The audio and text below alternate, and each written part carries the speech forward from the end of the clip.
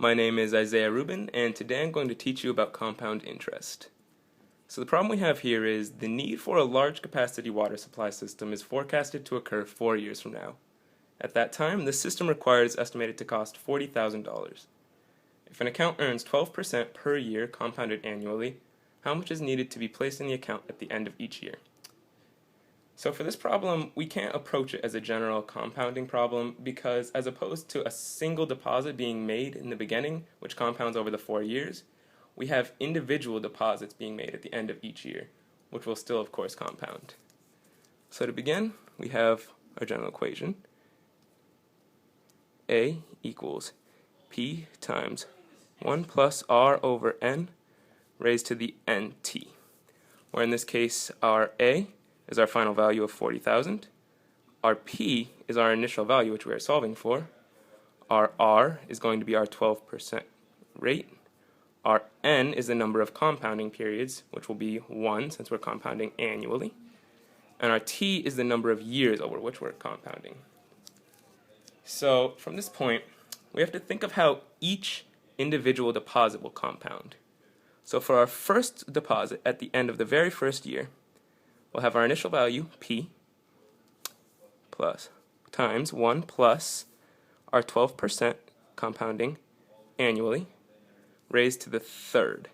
Now it's raised to the third because we're depositing it at the end of the first year, so it'll compound over the full second year, the full third year, and the full fourth year.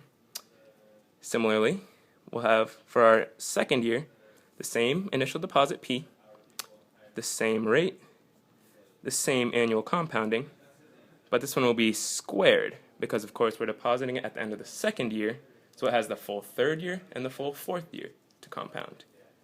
Continue this for the third year, where we have same rate raised to the first because it's compounding once over the full fourth year, and for our final deposit it won't compound at all because we're depositing it at the end of the very last year.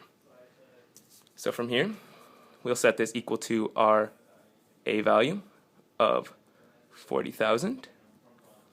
So 40,000 will be equal to P times 1.12 cubed plus P times 1.12 squared plus P times 1.12 plus P. Now from here, we'll just solve it algebraically.